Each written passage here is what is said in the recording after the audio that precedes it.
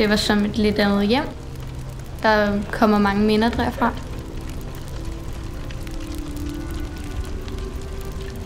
Jeg kommer nok til at savne det med, at den er slidt og boet til. Det var også et ret hyggeligt sted. Det er nok det, jeg kommer til at savne mest ved den gamle hytte.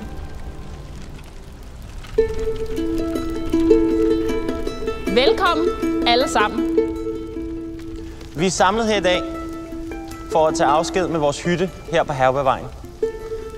Hytten har vi haft i omkring 50 år.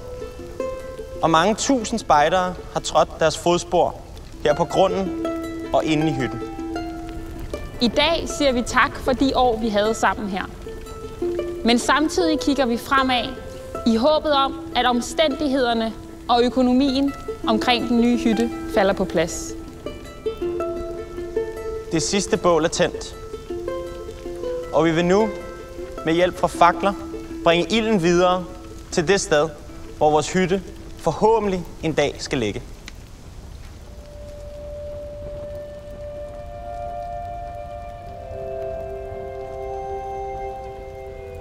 Du er ikke en spejder uden en spejderhytte. Det er en del af det, der hører med til at være spejder. Men hvis man ikke har den, så har man ikke et sted at mødes, og så falder hele det her fællesskab fra hinanden. Man kan sammenligne det lidt med, en fodboldklub eksisterer ikke uden en fodboldbane.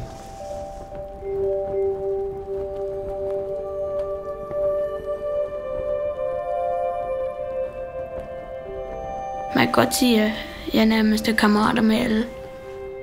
Man får det rigtig godt indeni, og man får nogle flere venner.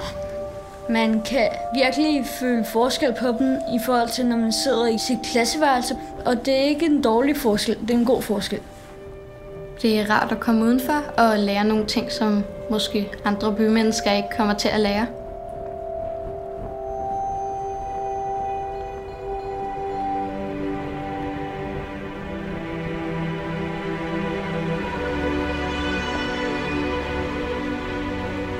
Vi vil nu tænde vores kommende bål for første gang.